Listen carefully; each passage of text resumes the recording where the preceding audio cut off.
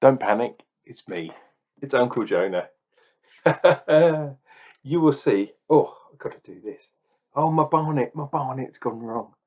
Oh well, never mind. The reason I'm doing that is because this is the beer that I'm going to have today. Buenavesta Salt and Lime Lager by Stone, and there's the demon in the demon bindi on a skull, which is kind of ludicrous, really. I was going to have this around Day of the Dead, which is the 1st of November, but I totally forgot. And I thought I'd celebrate the beginning of the World Cup for football, or soccer, as some people call it, but everyone else calls it football because you kick the ball with your foot, unlike handball when you use your hands to throw the ball to people. Makes sense, doesn't it? Yeah, and to celebrate England's win. Well, it's a kind of win because they let 2 goals in from Iran, which is like, how the hell did that happen? And one in the last second of the game. Um, anyway, England won the game, so that's the main thing. But they took the knee because they love black people. But they didn't have the armband because they hate gay people. And Qatar have banned kosher food because they fucking hate Jews. Like John a Jew here. Um, so the World Cup, in my opinion, is a load of shit this time. What the hell did they think was going to happen when you don't include the fuel of the World Cup, which of course is beer? Anyway, this is part of the Stone Brewing thing again. Salt and Lime Lager. I don't think I'm going to like this, to be honest. Salt and Lime Lager was born in South Cali, influenced by Stone's neighbours to the south. Brewed with just the right amount of lime and sea salt. Um, blah blah blah. Liberty hops in there. Not sure, man. We'll give it a go. I didn't do a video yesterday, so I apologise. But I was out. I went out for a meal and had a couple of. Well, I had a cider and then I had a beer, Italian beer that I've never had before, called Lisa. But yeah, she was not that great, to be honest. Not bad, but not great. Right, let us get this bad boy lager. Oh God, why is it pissing all over my trousers? That's not a good start. So the pouring of the can. Oh my God, looks like I peed myself. Well, that's what happens when the World Cup's on, isn't it? You pee your pants.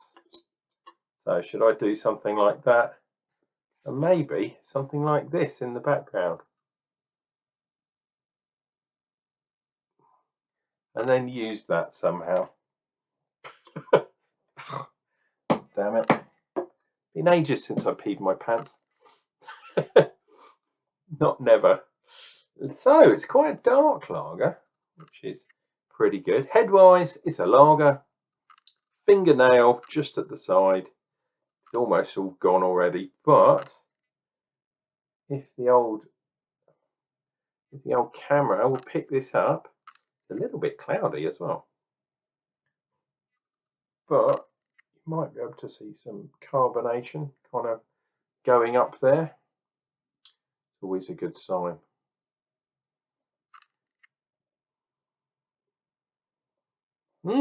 Yeah, I can smell a bit of zestiness, which I'm guessing is going to be the lime. Salt and lime is kind of, yeah, it's like a Mexican thing, isn't it? So any kind of brewery that's in California, especially Southern California, the hot part is going to be close to the Mexican border. So why not do some cervezas? This one, yeah, I mean, look at that. That's kind of cool. I like that Day of the Dead kind of thing going on there.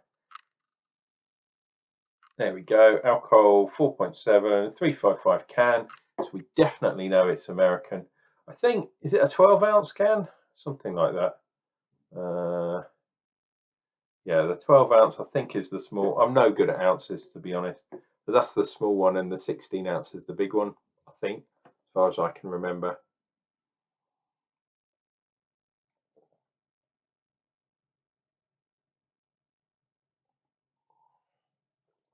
Ooh.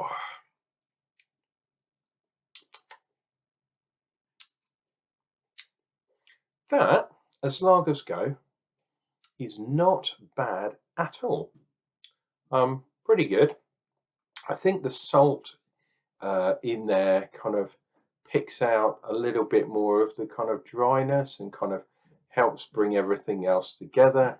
Um, and then obviously you've got the lime in there too, which is yeah, which is a typical thing with the sort of South American things. Usually you stick the lime in the top of the bottle. I always find when you push the lime in, my trousers get wet once again.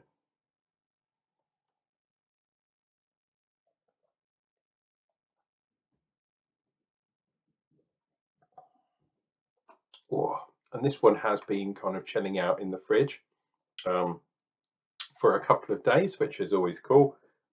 And yeah, I mean, is it any different to a Sol, for example, or a Corona? I don't know. They're all very similar. Mm, just lager isn't really my bag, to be perfectly honest. It's too light, too fizzy for me. But if I do have well, no, I quite like the Chinese lagers as well. When I have food, put it that way. So if I'm having a barbecue, if I'm going out for a meal, it's unusual that I'll have something really heavy, unless sometimes I have Guinness, because although Guinness is heavy in the stomach, it's a light beer because it's only 4.2% ABV. This one's 4.7, really fresh. As lagers go, this is nice. Is it going to convert me to lager? Probably not.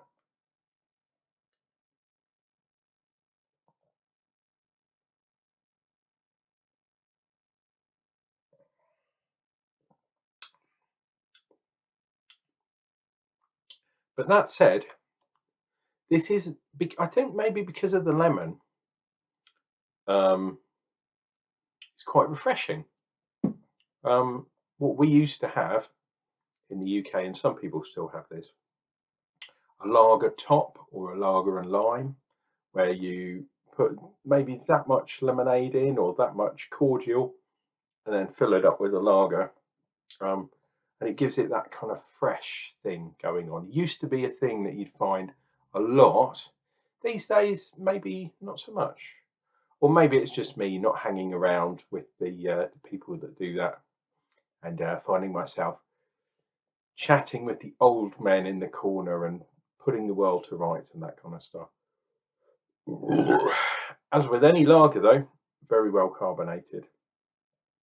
And World Cup drinking lager is a thing to do, unless, of course, you're in Qatar, which is a Muslim country where they don't allow any alcohol, which is really weird because the World Cup is sponsored by Budweiser.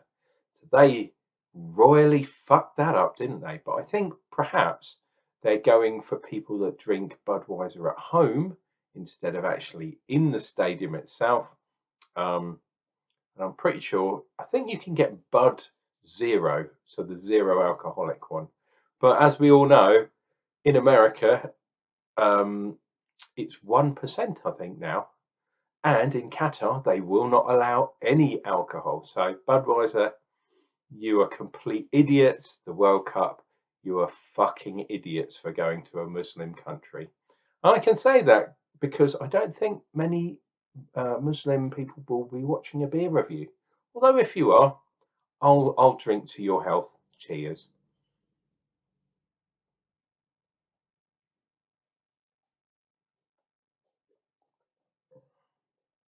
Oh, very nice. Uncle Jonah will return. I do have couple of other beers from the Stone and Friends before we go into the beers of the year.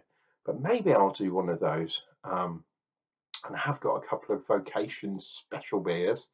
Um, and one that I thought was a special beer, but apparently has been around for years and years and years. But I just haven't had that one before. So you never know. I might have that one.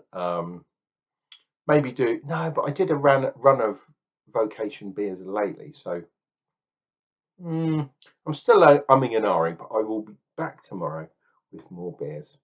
And until then, Shimon.